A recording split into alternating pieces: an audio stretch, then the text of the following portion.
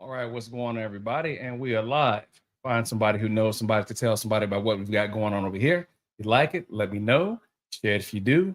And subscribe if this is what you're looking for. All right, so welcome to another episode of A Valued Conversation, Jeanette Spoken Word. So I've been off the air for about a week or so, went home to do some visiting with the folks. And now that I'm back, I need to go ahead and get back into my thing. So it's late, and it's something that you guys know who've been following that I try not to do too much anymore. But again, this is a random pop-up. So if anybody received the link, I appreciate you for joining. If you don't join, you know there's always going to be the replay game. All right, one announcement that I'm going to make right about now. If you are in the Virginia Beach, Hampton, Norfolk, Chesapeake, Suffolk, Newport News area, I'm going to be doing a live in-person show of A Valued Conversation with, wait for it, one of my council members here, Alicia, aka Hunting Wisdom. So we're going to be doing this at one of the local eateries by the name of Black Eyed Peas, that's located behind the shopping center over here at the mall here in the local area in Virginia Beach. All right, so if you are going to be in the area, by all means, please attend. Now, Black Eyed Peas is one of the better Southern dining facilities in the area, all right? If you can, by all means, make it out. So I'll be doing a little bit of advertising here and there up until the particular point in time we're going to do this. So I'm looking at between now and the end of July. Right? So this, again, like itself, is random, something that we talked about today, meaning myself and Miss Cynthia, who owns the place. So again, I'll leave more information for anyone who's interested in showing up for that, all right? So today's topic, independent versus interdependent. Now, I had a conversation briefly with Alicia about this. Now, maybe I might have this be one of the topics that we discuss at the live show. Let's say prior to that, Alicia and I may do a show here where she'll stream for her platform, I'll stream for my platform, and we'll give everyone a bit of a taste of what we're looking at doing, which is a bit of conversation through a topic, which is what I'll offer. Then she herself, who is really into trivia, all right, she's got some excellent trivia. She's going to present some trivia. And then at the end of the trivia, then we'll circle back around where we'll take questions about the topic of the show at hand, along with the trivia, and then we'll wind it out. So we're looking at doing the same thing with an in-person audience sometime between now and the end of July. So again, be on the lookout for that. But as I said before, independent versus interdependent. So we've seen the rash here of mannerisms from the ladies as of late. Now, before we get too far into this, I need you to understand, men don't walk around talking about being strong and independent, right? We don't do that. It's already expected of us to be independent, to be strong, to be willing to jump over that puddle of water and lay a jacket or ourselves down so she can walk across, slay the dragons, you know, the whole deal. That's already expected of us. So if you were to hear a man talk about his prowess, his capability to woo, all that type of stuff, we're going to be viewed as some type of asshole, braggart, you name it. But of course, she does it as an independent woman. She's strong and she's independent. Enough said. The interdependent woman may look like the independent woman, but the difference is she doesn't have to walk around beating her chest and exclaiming so. She does a few things different, but we'll get into that, all right? So I'm looking to kill at least maybe 30 to 45 minutes, or we'll go longer depending upon what the general level of interest is, or maybe if I just run out of reasons that I want to discuss or even talk about, all right? So we'll just put it out right there. In the meantime, let's go ahead and kick this off with our music selection. Moonchild remix. I think I played this before, but we'll do it one more time again. Runaway. Fair use, fair use.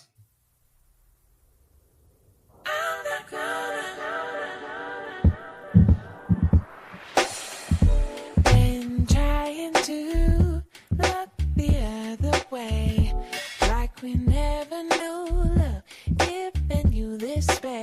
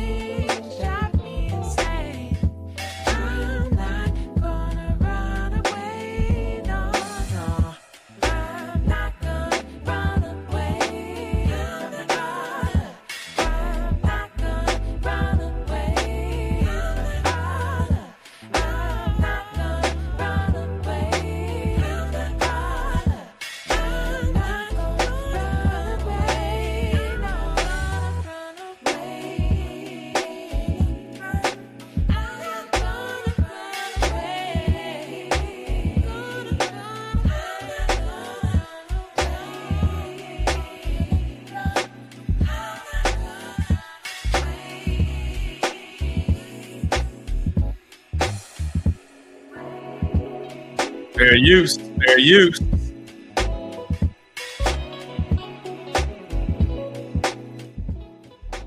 All right, let's go ahead and put this in the background and get on with it.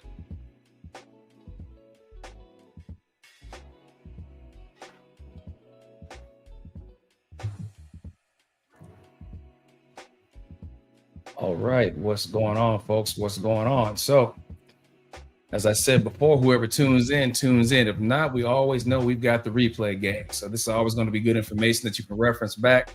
And what I'll start doing here is actually making timestamps of what I'm doing. So that way, if you don't want to sit here for the entire show, I'll have it segmented out to where you can pick what particular part that you want to listen to.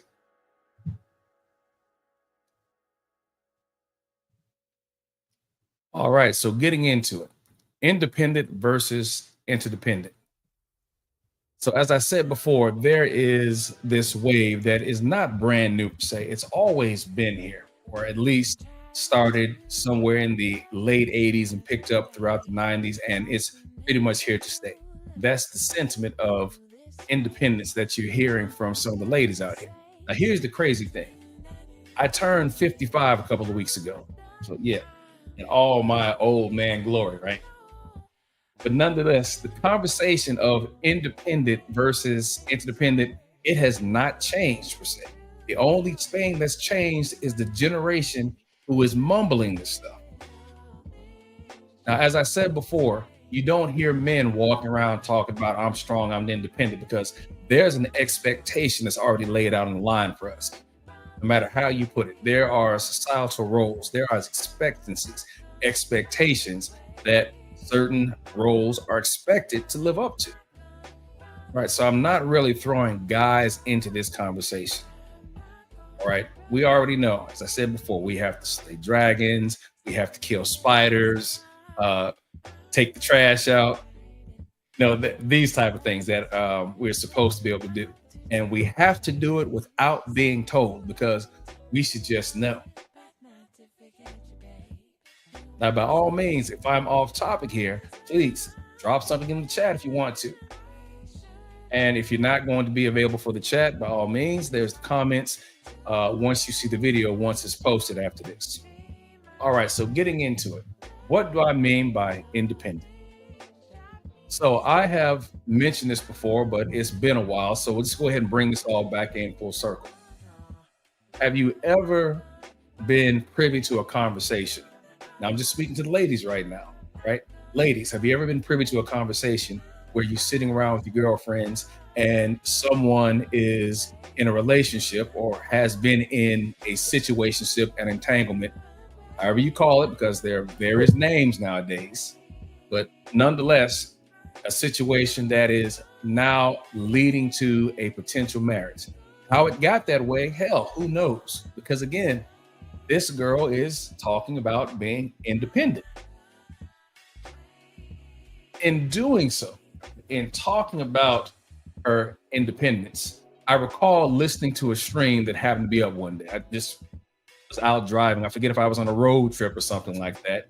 And my YouTube, which is playing in the background, just happened to flip over to the next stream. So as I'm listening, I hear something that catches my ear.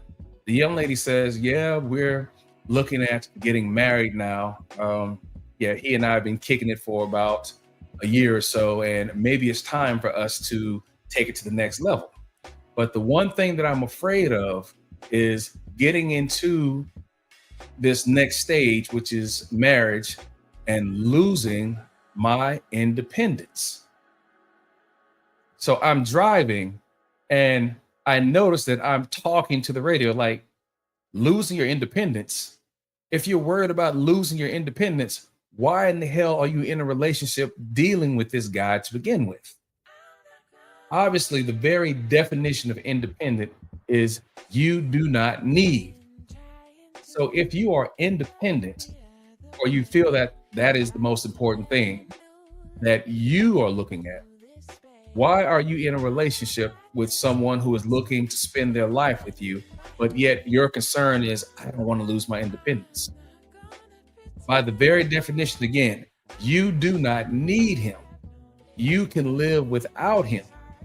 I've heard a lot of girls say, What's wrong with me being independent and wanting a man? Well, let's see. Everything. Your need to be independent appears to be more important than your need to be in a mutual relationship. You would rather keep yourself open for the possibilities of what you might want to do, as opposed to considering what it is that you would be expected to do if you enter into this union of marriage, man and wife. Now, I've said this plenty of times before, and I'll probably say it again. You are not partners when it comes to marriage. Marriage is not a business. This is some type of nonsense that I would speak about 20, 25 years ago. And it's probably why my ass is single right now at 55 and still out on the dating market, per se. No, a marriage is not a business. It is a commitment. You are not marrying, and this is something else that gets me in trouble with folks, your best friend, your pal, or your buddy. All right, so we'll come back to this. But again, marriage is not marrying your best friend, your pal, or your buddy. That's a mistake that I did not realize until after my marriage is over.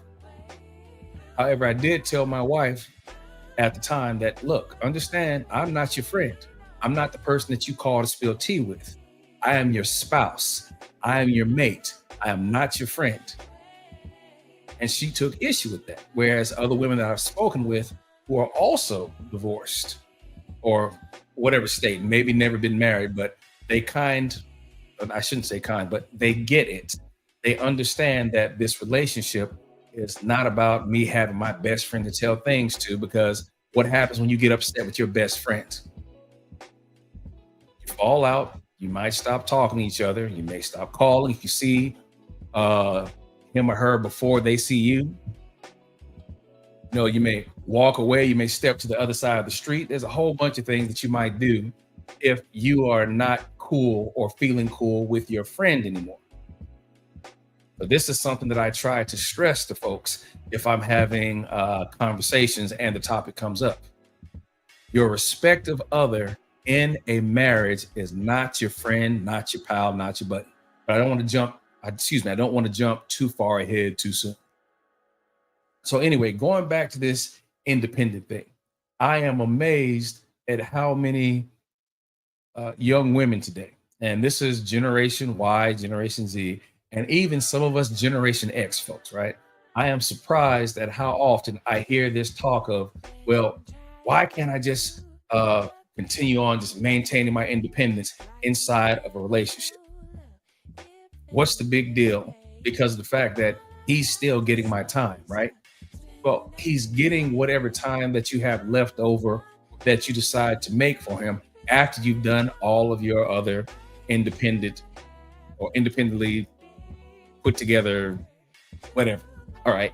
You're doing all that first and beforehand. Now, I will say this. If there has not been a commitment to marriage or anything like that, then, hey, girl, your time is your time. No one can argue with you about that. That is your time, and you agree to make time with this dude if you're just dating or just kicking it or whatever, and you get together when you get together. However, once there's a level of commitment made that each of you know that I'm your person, you're my person, that changes the dynamics. But again, talking about independent, I have seen girls talk about, well, it shouldn't be an issue being an independent woman. I can get out here and do my own things. I've got my own car. I've got my own house. I make my own money. Again, if a guy says that, we're assholes, or it's expected. It's a conversation not to be had, but it's still something that is a defining factor of the independent woman. Then of course, well, I don't need a man, but I want one. How do you weigh this contradiction? Independent, I don't need. However, I want. It makes it seem either selfish, which doesn't really hit the nail on the head. Entitled? No. Matter of factly, no, that doesn't really sit right either. But nonetheless, when you hear that stated, I'm independent. I don't really need a man, but I want one. That just means that this guy is available. Yeah, let's put it this way. He's available when you need him to be available. Now, that's no different from if we flip it around, we'll say a guy is just spending time with a girl just because she's available because he knows, well, if I call her up, she'll come running. Now, either way you switch that around, that just means that you're dealing with a selfish or entitled individual. Now, there's a few things that I can add to that, and I probably will, but still, we're laying the ground here. We're looking at first the independent woman. So she's got all her shit. She's got her car. She's got her money. She's got her education. She's got all these things. Whereas I can do this on my own. But if I make you part of my life, understand that you will not be the center of it. So she's being straight up forward. Again, she's letting you know that, yes, I enjoy my time with you. I'll spend some of it with you, but don't expect to get all of it. When I've got some times, I'll give you a shout.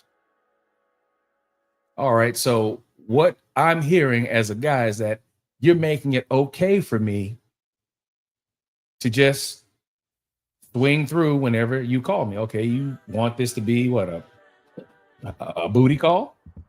Now, if that is what he is cool with, then so be it. All right. You get the best of both worlds. You don't need a man, but you found a man who is there for your convenience. Now, I'm not going to throw stones at your sister because of the fact that that doesn't mean that you are not a convenience for him as well.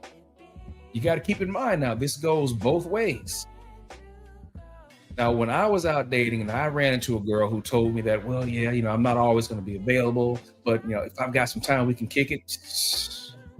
All right, I'm all about that. Or excuse me, correction. I was all about that. The reason I was all about that, it meant that I did not have to worry about being available all the time. Now, if she was someone that I could just tell based upon her behavior, how she talks to me, oh, okay, I'm sort of like some side dude. I'm not the main dude, but I am a dude. Okay, I'll take it. I don't need to be the guy standing in the winner's circle at the end of the night every night.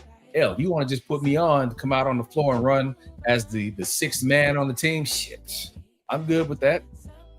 Besides, you may not be the top one for me anyway. Or if you are, hell, just give me a shout because I've got my own stuff that I'm doing. But here's something else that is not considered.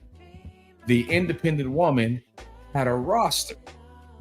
Now, everybody is surprised nowadays when they hear a woman talk about, oh, yeah, I got a couple of guys that, I keep up with. Oh, yeah, I've got some friends. Yeah, she's got a roster the same way that guys had rosters. But still, we did not really think that was a thing per se.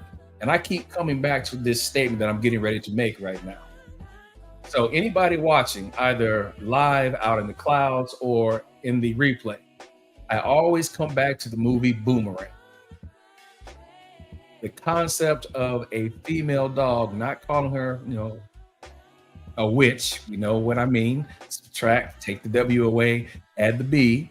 But looking at the standpoint, we can't say that we did not ever consider that women ran the floor also, if we're using a basketball analogy. They have their squads also. Monday, Tuesday, Wednesday, Thursday, Friday, Saturday, or whatever, like Alexander O'Neal and Sherelle, right? She's got her own squad.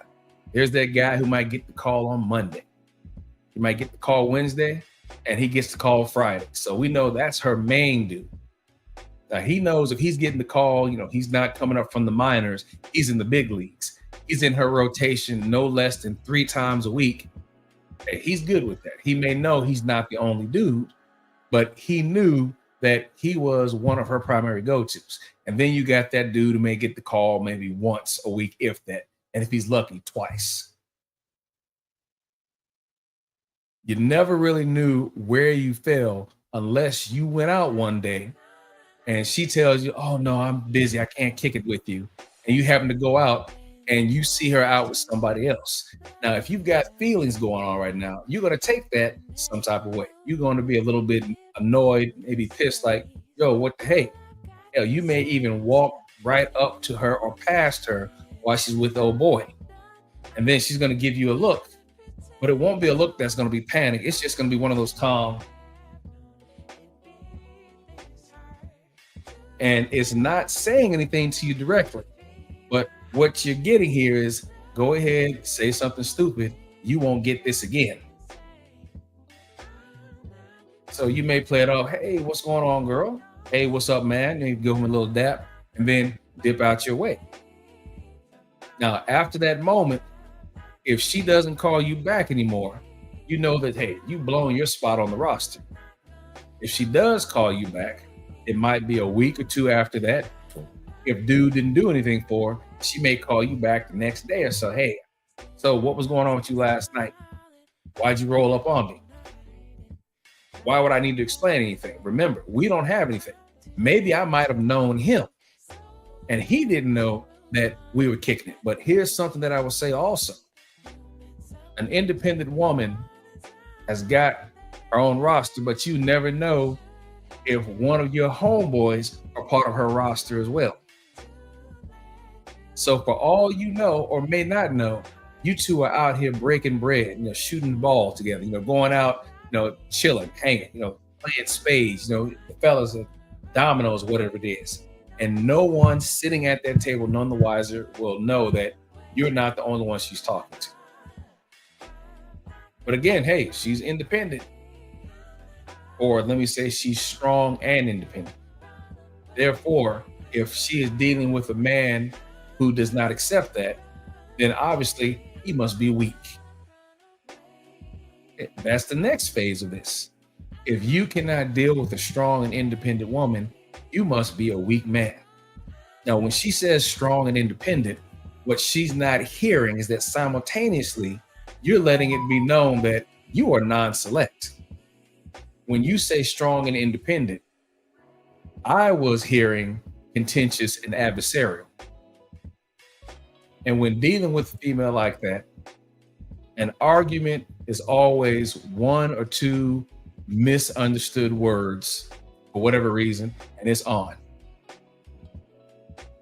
We cannot take from this or pretend that we don't know that anyone telling you or projecting I'm strong, okay, they're up for a fight anytime, every time, for no reason. But there's also a level of competition that you can expect in a relationship like that.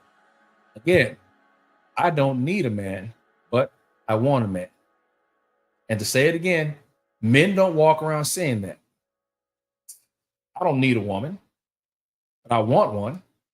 But then again, what was it that Portrays talked about with men? Yeah, I want you, but I don't want you.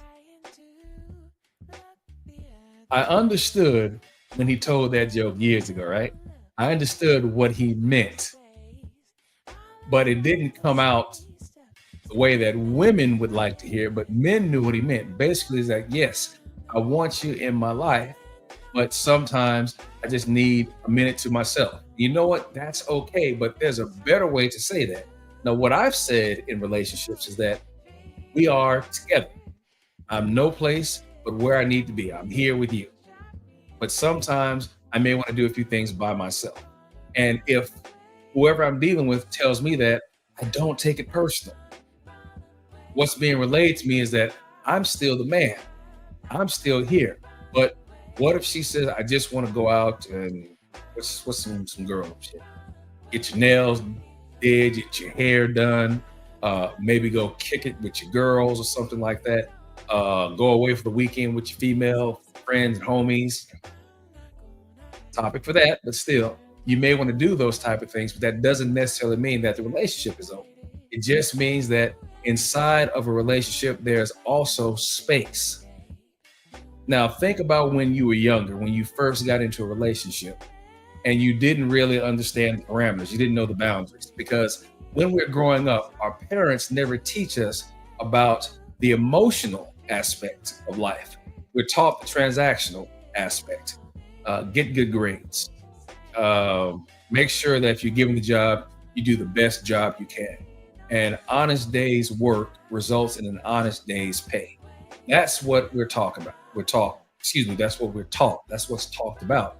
You don't hear your mom, your dad sitting you down. You know what? When you get your first heartbreak, it's not going to be your last. Or, okay, so the person that you liked somebody else, and you're angry right now. Or you're feeling an emotion that you can't explain. Hey, it's jealousy. Here's how jealousy works. Here's what spawns jealousy. Having those type of conversations, you don't see too many grandparents, but you don't see too many parents have those conversations. And it's not that they're bad parents. Maybe you have parents who are not communicators who let you know how to deal with some of these emotions. So what happens? You, as an individual who don't have anyone to communicate with, develop your own coping skills. And at times, those skills are not accurate at all. If anything, it makes things worse because you never learned how to deal with someone when it came to a relationship. But it's all a part of growing up around the relationship and understanding that there are boundaries. Now, again, being an independent woman who has not learned boundaries, but let's say she's attractive. Let's say that she is a genetic lottery winner. Good looking face, boobs, butt, flat stomach, hips, the whole deal. And she's smart on top of it. The only thing that blows the whole deal is that there's a level of conceit. We'll also say the inability to empathize with others and a lack of consideration. So that means now this person knows that there's a level of attraction that they have and that others will come to her for. And depending upon who you are, she will find a guy who will help her find shit, move shit, fix shit, and then there will be that one guy who may hit shit, but he may never be any of the other three: find, move, fix. No, that's all left for the guys who she decided, I'm not going to be, I almost said friends, but I'm not going to be in a relationship with you per se. You can be in a relationship with me, but I'm not going to be in a relationship with you. You may end up just being a convenience. Again, I don't need you, but I like you to be able to find stuff, move stuff, and fix stuff. So there is that aspect of it. Now, again, if she happens to meet a guy that she is more into, who is not into her, here's where the lack of skills come from. So now what do? You get stalkish behavior. Now, I won't sit here and say that when I was younger, I didn't do that. Whereas when I felt rejected, I would call a couple of times. Oh no, well, I won't call again. I'll then call, piss her off, then hang up, and then wait an hour or so. Oh, I need to apologize. Call back to apologize when she said don't call me. I mean, just a vicious circle of stuff. So you do have Albert Ellis, a psychologist, called it masturbation, where you have you must do this, like a level of obsessive compulsiveness, where if I don't do this, I'm just not going to be able to settle down. It's always going to be on my mind. And the only way to get release is to do the action that you've been asked not to perform. Don't bother me, but you do it anyway. Why? Because for whatever reason, that stubborn, independent girl has put you in a position where I have got to get to her. I don't know what it is, but I've got to figure it out. All of a sudden, it becomes a challenge to get her attention. Guys, I want to tell you, you need to back away from that. But that's a little bit of the side from the guys that I put in here about dealing with an independent woman who says, no, I don't need your time. But for whatever reason, you get turned on about that. Okay, I think I can get her. Well, swap it around, you have the same effect where a guy says, no, thank you, I'm not interested, shuts it down. Well, what's wrong with me? Why am I not getting the attention? And it goes off in the same direction. But so be it. But the basis of this is, as the independent woman looks at this, I don't need you for anything. I may want someone to find shit, move shit, fix shit. But again, I don't need you to do shit for me. Say, unless you're willing to, because I haven't told you I don't want you. You think I do. And as long as I do not tell you that I want you, you will be available to do things for me. And yes, both men and women take advantage of that. For women, they call it pretty privilege. For men, I call it a handsome handout. So I can tell you when I was younger, oh yeah, I got plenty of handouts. I got into clubs. Sometimes if fellas say, oh yeah, man, you're looking dap. Hey, come on in, man. You don't have to worry about paying. I step in front of everybody else. They've been in line for about an hour or so. I show up, make sure I'm dressed right, got my face game and everything in place, in shape. All I have to do is just make sure I stand my ground and just see who's going to check me out, whether it's females or maybe the guys like, yeah, man, that's the image that we want portrayed. Come on in. Works out well, but nonetheless, still, you have to be on point and recognize that it's going to be a puff give thing.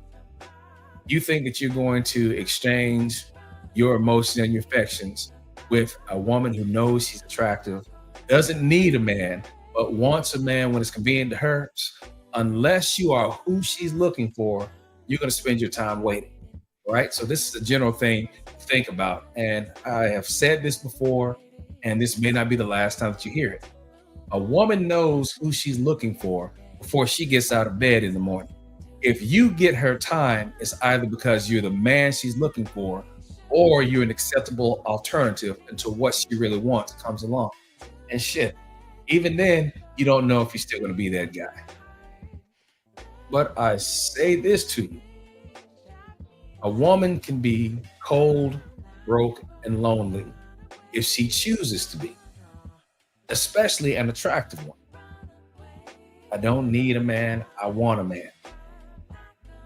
So in her mind, and maybe if she's got the success record that shows that if she sticks her finger in the water and pulls her finger back up, she's going to have someone who's grabbed onto it. If she has that level of success, hey, go ahead with your badass girl. But at the same time, a woman can be cold, broke, and lonely based on how she chooses to behave. So it works in two directions, right? It works in two directions. But I'll end this, I don't want to say ragging session, but I'll end this part of the topic on the independent woman right here. She believes that in all her mindset and all her glory, whatever you put it here, a man is going to be available when she feels like it. Now, also, I'll say this is the girl who will say, I'll get married when I feel like it. No one gets married when they feel like it. Reason being, you have to consider value. Value has no worth unless it's agreed upon, because in the end, we all get what we qualify. I don't know if many of you who are watching right now, either the couple of folks here in the clouds or even in replay, my partner, Dwight, he's been up here a couple of times, real laid back. Dwight told me something when we were probably in our late 20s. So again, I've known Dwight the better part of almost 25 plus years. He said that, yo, John, check it out, man. No matter how fine a woman is, somebody gets tired of her shit. And one of these particular days, that might be the day he's tired of hers. And I can agree with him on that. Definitely. I've had some females that on a scale, we'll say of 1 to 10, or we'll just go from 5 to 10. 5 is average, 6 is above average. Again, I consider myself to be in the 6 range, nothing higher, nothing lower, because I've had the successes that dictate, or not even dictate, but put me at a point where I can say, yes, I am a 6. I can give my phone to someone, they will put their phone number in it and call it to make sure. But again, she has got to be someone that I consider attractive, that I am pursuing. Therefore, there has to be some level of value in here. So Again, 5 is average, 6 is above average, 7 is pretty / cute, 8 is beautiful, 9 is gorgeous, and 10 is an extraordinary beauty. I'll say it again. A 10 is an extraordinary beauty. Now, whether people realize this or not, when you're looking at some of these shows out here, there are no 8s, 9s, or 10s sitting on these panels. You don't normally see that. Now, occasionally there might be an 8 there, but if she's there, it's because somebody invited her there as a guest, perhaps. Whereas she's just showing up for that particular moment, that particular show. But by and large, you do not see 8s, 9s, damn near you don't see 10s just sitting on a panel on a regular basis. It does not work that way. But once again, you have the problem that value has not been relayed to folks. Now, I believe that's a different video altogether. Matter of fact, I think I have done a video for that. I'll look for it and I'll put it inside the description. Again, I'm going to get better about information that I leave inside of the description.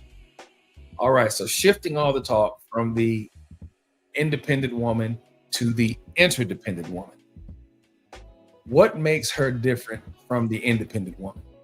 The interdependent woman on the outside at first looks exactly like the independent woman. She's got her car. If she's driving, she's got a job, which means she can pay for her car. Obviously, she can pay for a car and she's got a job, meaning she's working, she's got a house, education. She looks everything like the independent woman. What is the main difference? Take a second to think about it. What is the main difference that one would not recognize offhand with the interdependent woman versus the independent woman? The interdependent woman, isn't spending her time running her damn mouth about she's got a car, she's got an education, she's got a house. She's not doing any of that. She's showing you things through her action. But although she might have her strong and independent streak, she did not spend her time beating her chest and voicing it and making it known. Instead, she is going to take those two aspects of her personality, but mold it and utilize in such a way that says that I am looking for mutuality. I can be strong and independent if I need to, if I'm on my own, but within the confines of a relationship, I have to understand that strong and independence means that I don't need him, which is not what I want to project. I want to project, I want to be here because I need to show that I can work with someone. I want to work with someone. Sure, I can be strong and independent, but if I'm in a relationship, that means that I need to learn how to depend on this other person at times. And he should do the same thing as well. Now, I have mentioned the whole aspect of what men and women bring to a relationship. So I'll do it one more time again. Yes, this is something that I've made mention of before many times as well. So what is it that men are looking for? Now, keep this in mind. Although I may say something that sounds familiar from a particular ideology, recognize that just because someone has the same idea, it doesn't mean that we express the same thoughts, hopes, dreams, aspirations. No, we just happen to come across the same topics that we may share. So men, by and large, have stated that they're looking for a woman who's feminine, fit, friendly, depending upon her age, fertile, cooperative, agreeable, shows a level of discretion, discernment, definitely is about nurturing, because that's something that you definitely want in the relationship. And also, she brings peace. So again, we've got feminine, fit, friendly, a level of fertile, if you are still able to, depending on your age, cooperative, she's agreeable, shows a level of discretion, discernment, is nurturing that you can hopefully have with her, and peace. So that is something that you'd be looking for from a woman as a man. But ladies, there's something that you want as well. So what is it that a man, excuse me, What is it that a man should hopefully provide? What should you get in exchange? You should get focus, guidance, stability, security, discipline, direction, masculinity, fitness, knowledge, care, and protection. All right, that should be the exchange. Again, focus, guidance, stability, security, discipline, direction, masculinity, fitness, knowledge. If I missed that, but there's also a level of knowledge, care, and protection. Now, I don't expect every man to have this in his head and be able to rifle that off just like this. But if you've lived long enough, you've had mistakes that you've made in a relationship, you look at what was missing, what you could have done. These are things that you slowly start to assess. Also, there's a level of care, consideration, concern, communication, compromise, and then there's balance. We'll put that to the side for the moment, all right? But still, these are some of those aspects in the relationship that need to be considered, whether you're independent or interdependent. Again, independent women aren't going to look at this as I'm breaking it down. An interdependent woman who's got these on her mind, she's going to give that consideration. By the way, folks, we take a quick break here right now and just make a statement here that, again, this channel is for folks who are interested in trying to make a change after 50 if you're still having the level of non-success in relationships. Maybe you've been in a marriage that's ended. Maybe you've been in a long-term relationship that has gone its way. All right. That doesn't necessarily mean that there still is not the opportunity that is there. But somewhere along the way, you've got to actually say to yourself, if you are still here, all right, I'm talking to Generation X right now, Gen X, if you are still here out on this hustle or relationship, what is it that you are not doing? What are you not considering? At the same time, for any of the younger generations who happen to come across this, Gen Y and Gen Z, learn from mistakes that we are making, or better yet, learn from us making better choices so you don't make the mistakes that have been made. There's a little something here for everybody.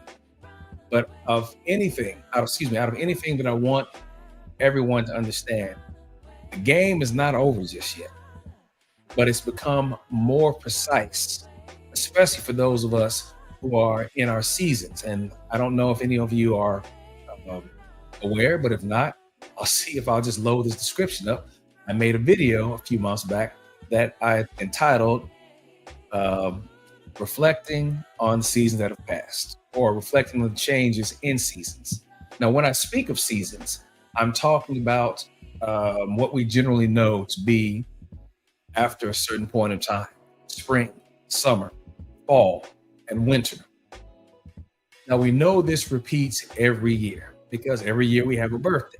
However, if you put them into a sequence, whereas there's only one time that you have this, as far as, let's say, a phase, then you need, to be smart about how you do spring, summer, fall, winter.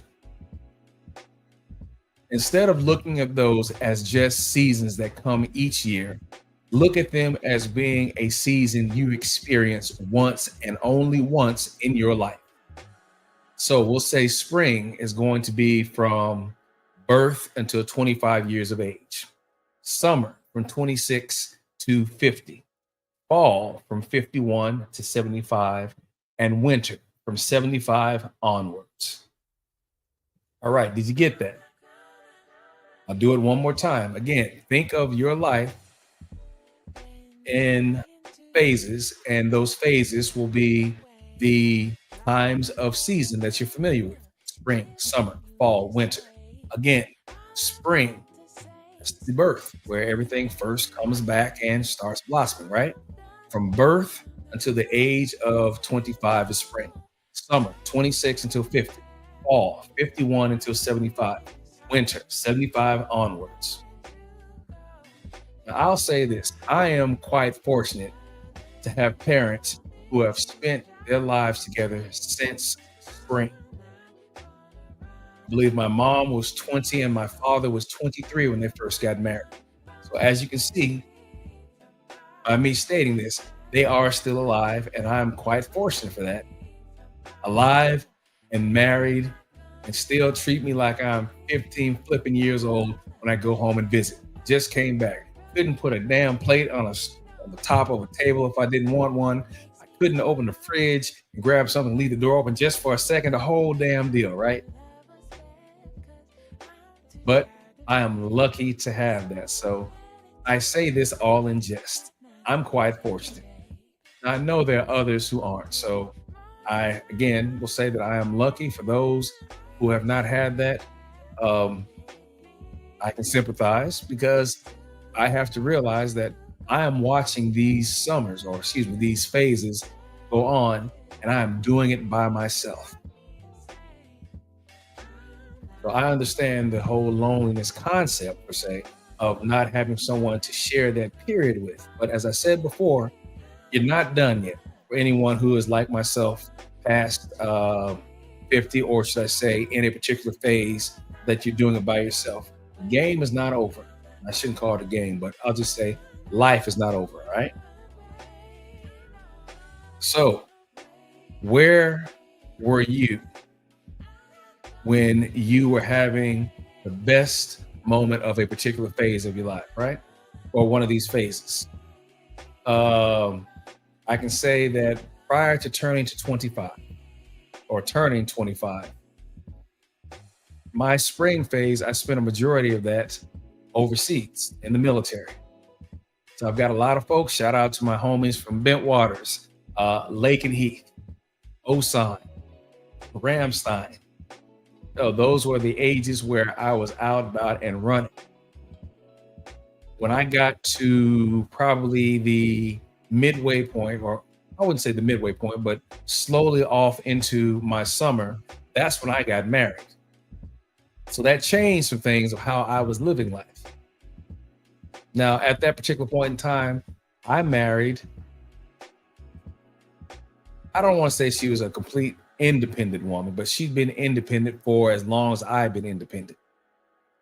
So that played a bit in our relationship. Now, again, I had as much fun as you could possibly imagine as a single man overseas during my spring phase. So by the time I turned 25, so that was in 1995, my spring had been bomb ass. Best way that I can put it. But going into that summer phase, when I was trying to come out of just partying and running through rosters of women, now trying to settle down and be with one, I had a bunch of missteps. And I met a lot of independent women during that course of time that I was enthralled by. But when you're not out here being that dude that is accustomed to being, getting that handsome handout, and you're dealing with a woman who's got her own roster. And although you may be a power player, there are other guys out here who may be able to shoot the three or go through the lane a lot harder than you can. And that starts to weigh on him. He's like, oh shit, do I need to go back and get my game plan up? But independent women, no matter what phase you go through, are there in each and every phase. As a man, you have to make sure that your level of knowledge of self is taken care of, or you find yourself in pursuit of that woman who sees you as just a convenience when she wants you, not because she needs you. Remember now, independent means that she does not need you, but she just wants your time when it's convenient to her. So before my summer ended, right? Again, summer is from 26 until 50. My relationship, should I say my marriage, ended during my summer. So I was probably 41 when the divorce papers were signed.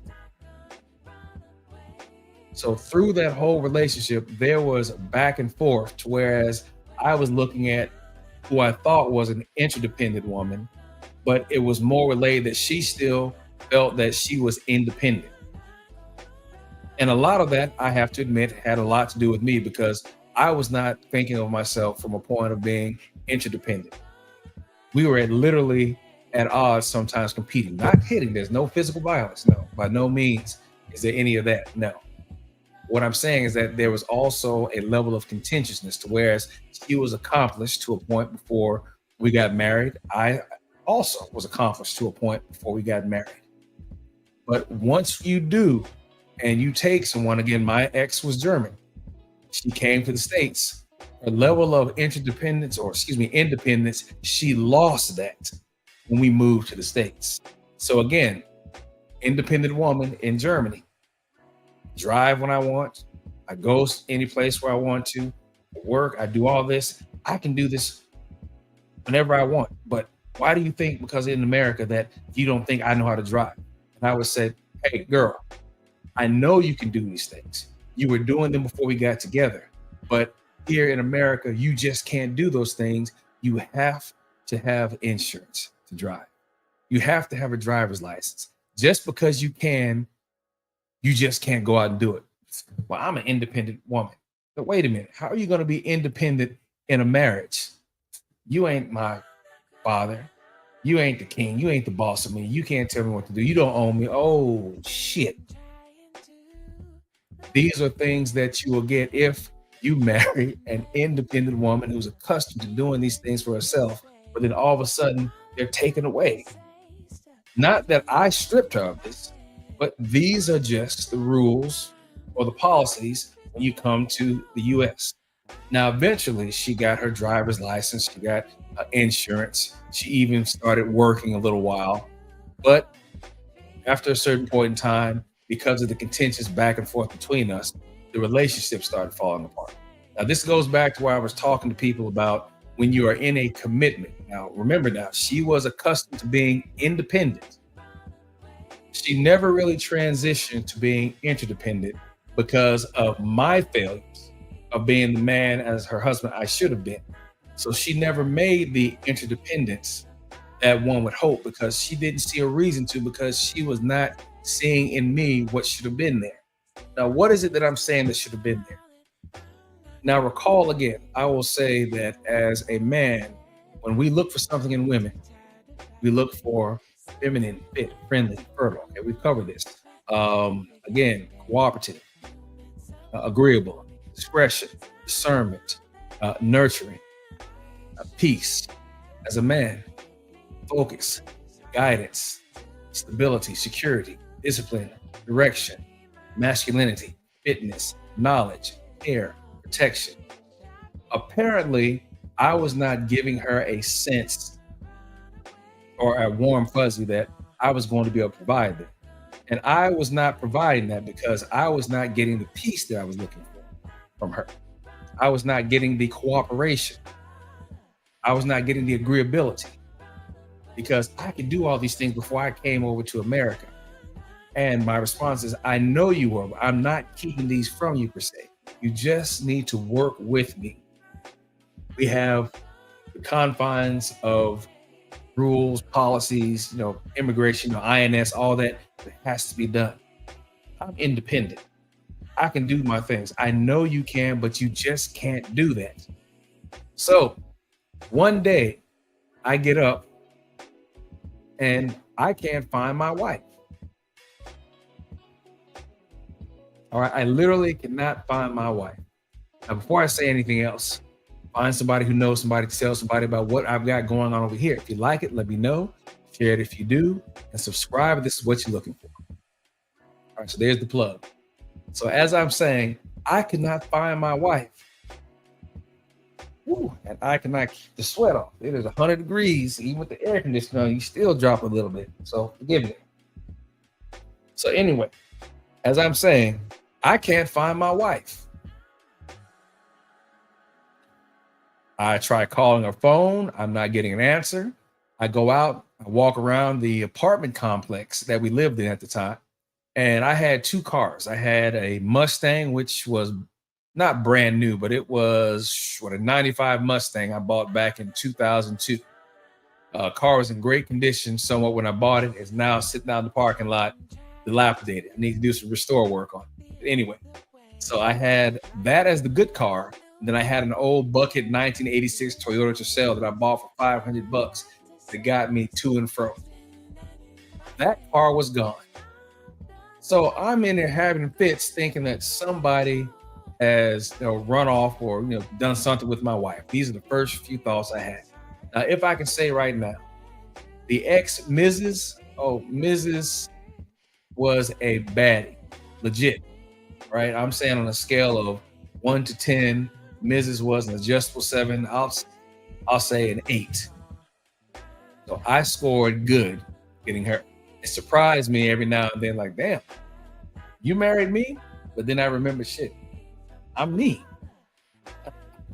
Anyway, be that as it may, I am having fits trying to figure out what has happened to my wife. I walk around the entire complex. Why? I have no idea. Car's not there. Why would she be driving around the complex, you would think? Notice I say driving. So as I walk to the edge of where the road leads that pulls into the complex, who do I see come around the damn corner driving that bucket Toyota Tercel with our 2 dogs, by the way? My wife. You see, my wife had decided, I'll show you.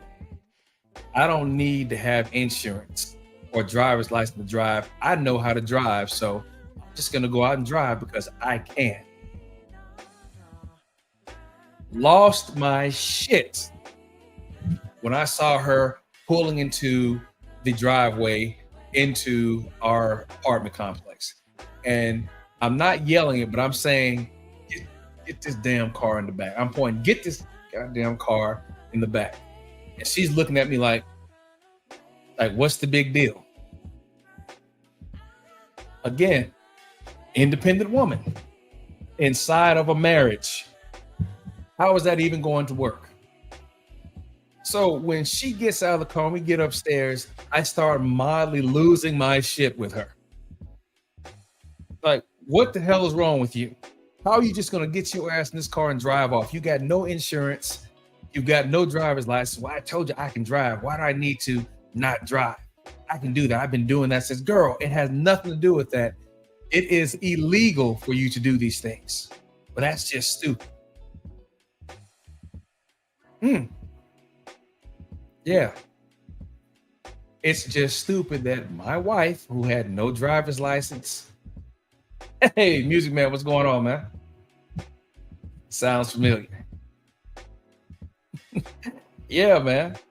My wife at the time, who had no driver's license, had no insurance, hadn't finished going through the immigration process, got in a car and drove around town for about 30 or 40 minutes in traffic.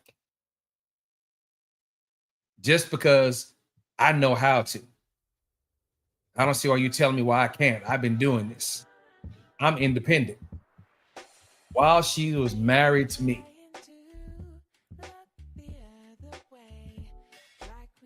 Again, I'm sure my reactions at times did not foster the level of security that she would be expecting. And I did not foster that because I did not see a level of cooperation and agreeableness from her that would make me be the things that she needed. So we had a continual vicious circle. But again, she stressed her independence more. The question is, was it stressed more because she did not see the response she needed from me, or because she never intended to be interdependent because she was more concerned about her independence? We have our conversations here and there throughout the years, but the thing is that I can't decide why she did what she did. I know what she did and how her behavior affected the relationship, as well as my behavior affected the relationship. But I will simply say again, her need to be independent had a lot to do with what happened, as well as my need to not reciprocate because of what I was seeing from her independence that was causing me stress as well. So we had to call it quits in 2011. Now, I may explain a little bit more later, but I just wanted to say that that is my run-in with an independent woman. Now, I'm not going to put this all on her, as I've said before. I had a lot to do with what went wrong also. But from a perspective of, was the relationship between my wife and myself independent versus interdependent? No, she made it clear that I'm an independent woman. But I will not put that all on her, right? So moving back into phase, what's the difference between an interdependent woman and an independent woman? As I said before, the interdependent woman looks just like the independent woman, but she does not spend her time beating her chest. She does not spend her time trying to tell someone that she's strong and independent. And if you can't accept my strong independence, you must be weak. No, she is not looking for that level of independence to define her. She is seeking reciprocity. Now, that in and of itself is a rarity these days. If you listen to how relationships are working, you are actually finding a woman who is making it known that mutuality is at the top of her list. But in order for that mutuality to be exchanged, she has to see the same in the man she's dealing with. Now, here's one thing that I left out when I gave the example of what women are looking for in men and what men are looking for in women.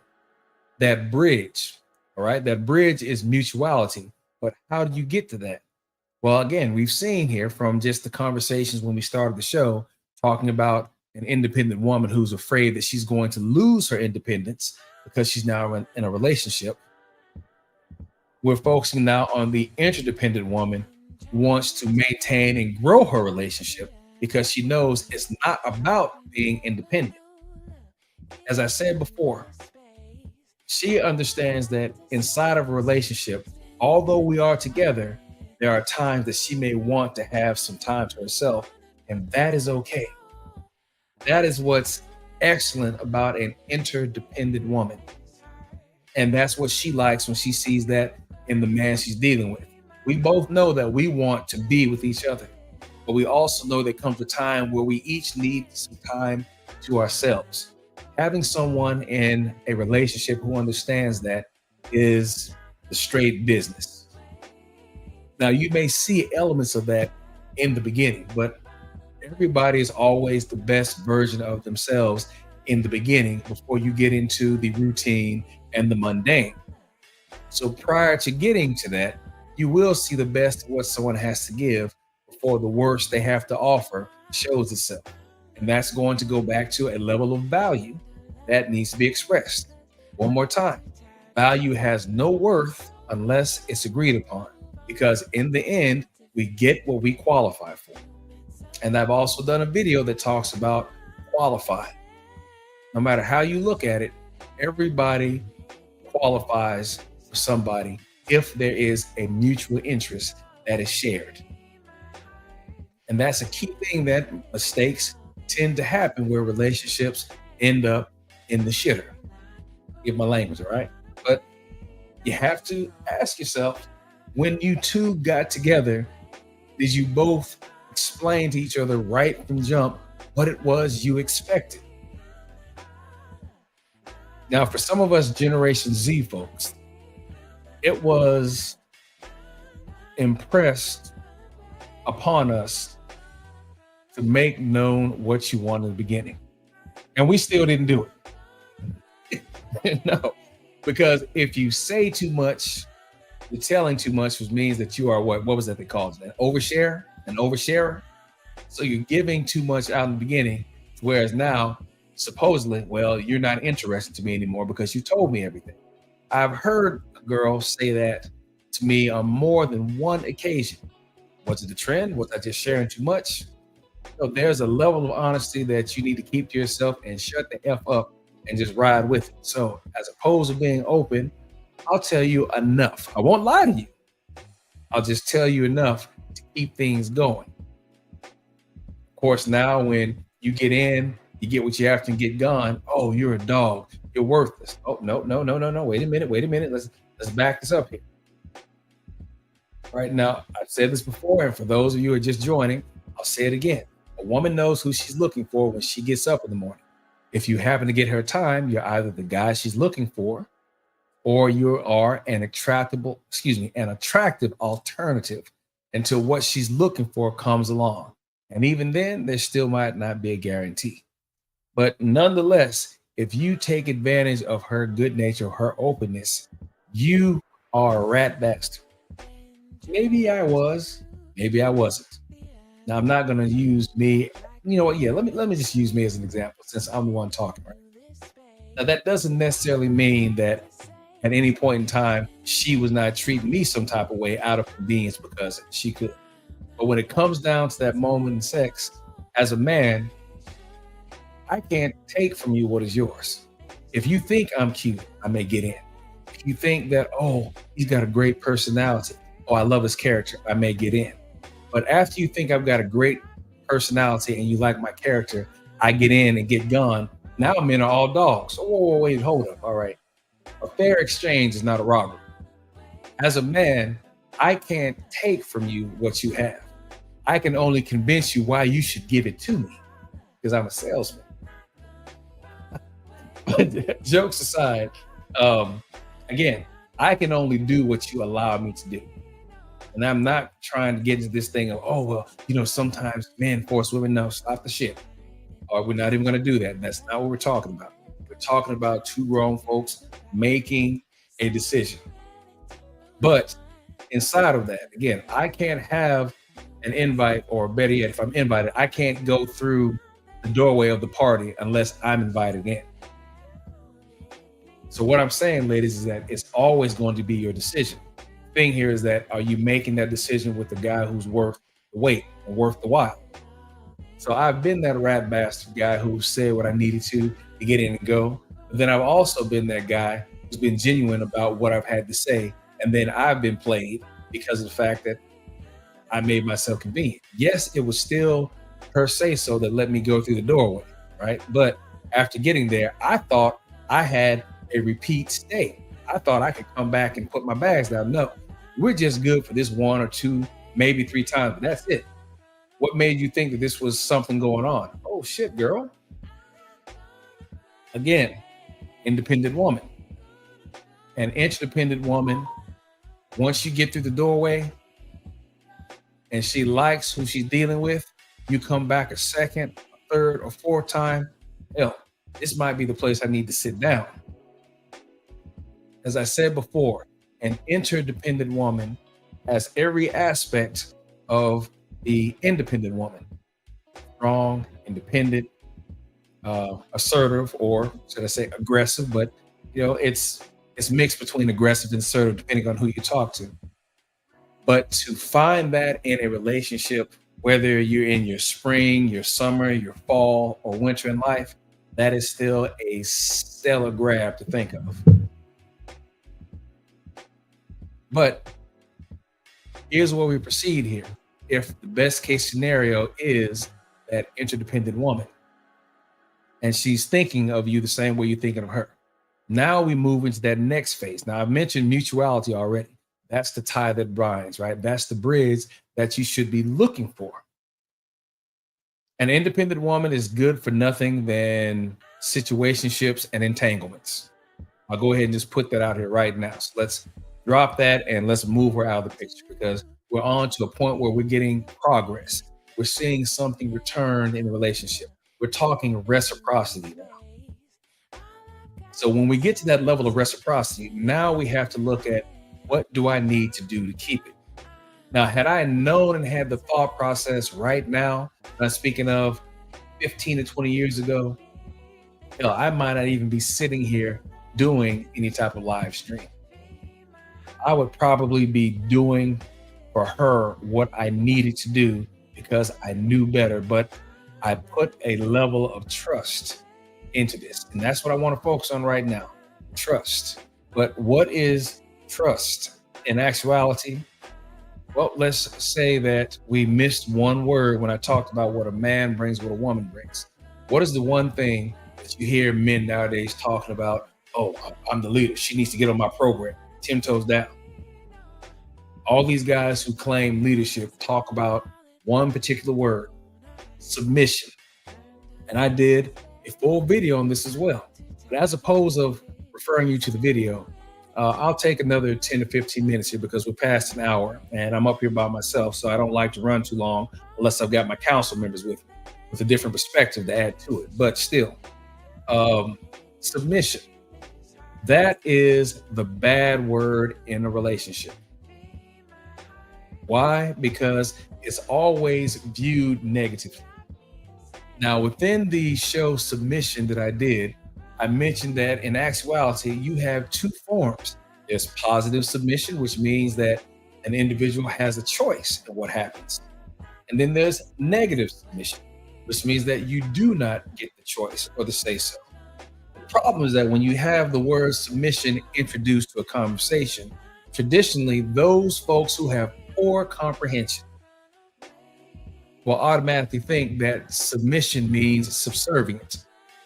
No, it's not the same thing. Subservient means you have no choice. You're forced to do somebody else's will. Whereas with submission, it is a choice that an individual has, but also it is an agreement. You're not forced to do anything.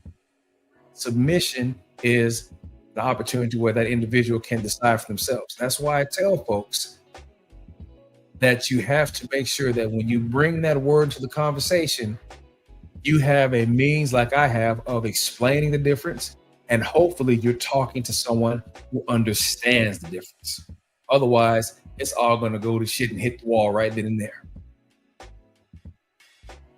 So when we talk submission, believe it or not, depending upon the panel of men that I'm dealing with, if I tell them this one particular thing, I get the response, oh no, man, that's bullshit. I'm a man. I don't submit to no one. She gets on my page, she gets gone. I make the decisions around here. It's my world. Like, what are you talking about? It's your world that she needs to get on your page. Now, if you've heard anything from me, you've known a lot about me, you know that red pill is bullshit. Or let me rephrase that. The distorted red pill that we have, that a lot of these young men and even men my age subscribe to, is absolute nonsense. The idea of red pill was not to shine a light on women and point out their faults. It was to shine a light on the status quo and show the things that we took for granted and we just blew off to the side and never addressed and never took time to fully fix. So no, red pill, when utilized properly, or should I say when the ideology is expressed properly and explained properly, it works across the board. It's supposed to be a status changer for everyone, not a negative strike on one particular gender or race to say this is what you do bad, and if you can't get it together, you're the problem. Anyway, taking that back, excuse me, as I was saying here, you can't sit here and make a statement that you either get on my program or get gone. That is completely contradictory to the whole aspect of a relationship that is supposed to express mutuality. As I am a man with my own thoughts and my own beliefs, but also my own expectations, so is she. Now, any of my red pill compadres who are seeing this right now, if you happen to, or if it's mentioned to you, yeah, I stand on this, all right? My posture is straight on this bit of conversation I'm making right now. She is an adult, just as I am. She has, again, her hopes, her dreams, her aspirations, just like I do. But I can't meet her halfway if I am not giving her any reason as to why there's a level of submission that she needs to show. But again, let me go back and talk about this submission thing. It may turn out to be a little bit longer than the few minutes that I just spoke of, but hear me out on this. Hear me out. Would you believe, or I'm saying this to anybody who may be off in the clouds right now, or anyone who is watching this from the replay perspective, would you believe that in a relationship, men have always submitted first? Take a minute to think about that. Men have always submitted first, but there's no consideration given to it. Now, what do I mean by men always submit first? If there is a woman that we're interested in and we decide to pursue, we're going to walk up to her and make our intentions known. Now, this is the part where I go back for a second. Let me take a step back. I'm going to say that men chase, but women choose. However, if you are her type, she will let you know. This is the equivalent of, let's say, an open book test. If she wants you to be the A student, she will make sure that you have all the answers to the test. Pardon me for a second while I go ahead and dab after I drop this little bit of information. If she wants you to win the race, she will let you know every place on that obstacle course. You need to make sure you do a little extra, kind of shimmy side to side so you get to her finish line. All right, remember that. Keep that in mind. But as I said before, as a man who is approaching a woman, if there's an interest and you let her know, hey, I'm too old to be shy. I'm gonna let you know right now, I want to spend a little time with you if you got that to spare. But rather than me put it all here right now, why don't we take some time to move elsewhere if you've got the level of interest in you? So what are we talking about? So what I would generally do is I would give her my phone number. I wouldn't ask for hers. The reason why is that if she was interested in me, I would hear from her. And if I heard from her, I know that I've got that level of interest to work from. But at the same time, after we spend enough time together, the question is going to be asked, so are you looking to do more with me or what? My answer, if I'm interested, yeah, I'm all about this. Talk at me. If you want to talk to me, she would say, then there are no other girls except me. I don't even know why I just smiled like that. I'm sorry. I'm so sorry. I don't even know why I'm laughing. Forgive me. So what I'm saying here is that if she said to me, hey, there's no other girl except me, and I was serious about her, I'd say, hey, it's you. That's what happened initially with my Mrs. or my ex-Mrs. I made it clear that you are the person I'm interested in. And in any other relationship, right then and there, if you're paying attention, that was me showing submission to her. Positive submission, where she asked me, what did I want to do? I made it clear that I wanted to spend more time with her. And in order for me to do that, I had to agree to let all the other women go. Is that or is that not submission? And for some of you, again, red pill stand on business, 10 toes down dudes, no, that's not simping. That's not me being a bitch per se. That is me making my intentions as a grown-up known so there is no misconstrue. I let her know I have an interest in you. So yes, men submit first, but no one ever thinks about that. It's one of those fleeting things that if you don't observe what's happening, you give it no consideration. So where does submission always run into the wall? As you can see, the issue of submission is never one that's ever considered when the man is making it known, hey girl, I'm interested in you. Now, submission becomes an issue when after 7, 8, 10 months, a year, whatever that we spend being loyal to her, focusing on just her, not saying being a punk or being a simp, but inside the confines of the relationship, being respectful of what's going on. I say I'm going to be here, I show up. You say you're going to do such and such, you do that. I say that I will take the time out to be available, I do that, that type of thing. But when we get down to the point, now remember, this is a single woman that I as a man may be moving towards marriage for. What does a single woman have? Single friends. And who are her single friends? Independent goddamn women. Hey girl, why is he always in the middle of your time? We can't go out like we used to. Hey girl, he's not controlling you, is he? Hey girl, he does know that you do have your independence and that you don't really need him, right? She's got all this shit in her ear. But if you have demonstrated to her a level of trust, and meaning that she can see in you the man that she wants to marry and spend the rest of her life with. This noise in her ear, it means nothing because you have given her what she needs in order for her to make the decision on whether or not she can also show submission. And again, I want you to look at her submission, all right? Or ladies, look at your submission as being trust. You are giving your trust to him if he shows you that he can be the man that you want to spend your life with.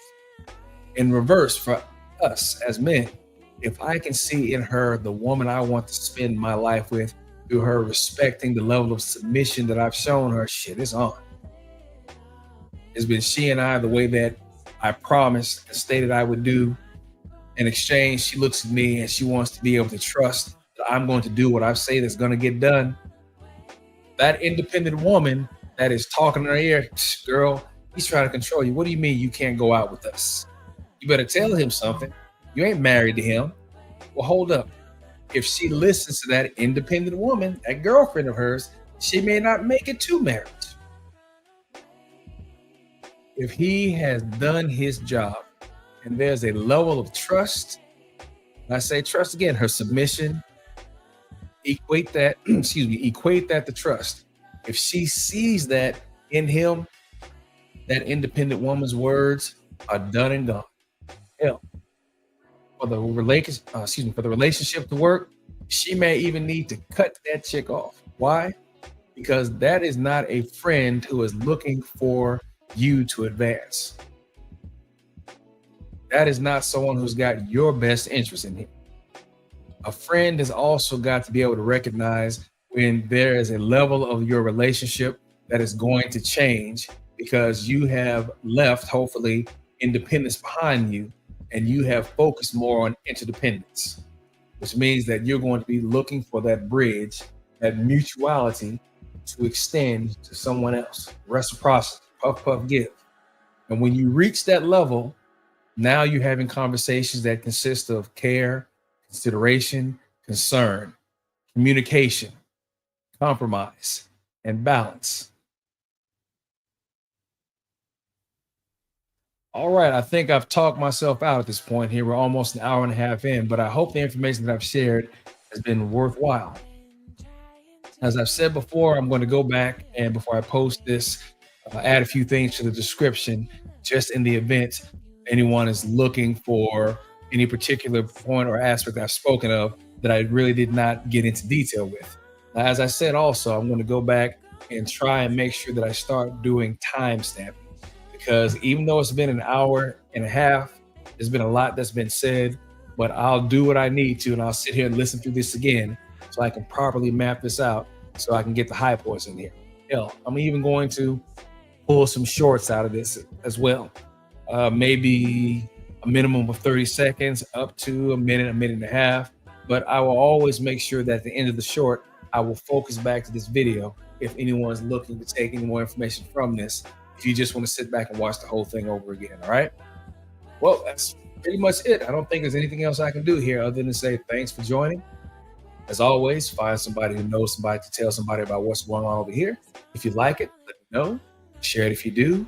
And subscribe. This is what you're looking for. Thanks for watching, and I will see everyone the next time out. Take care. Peace.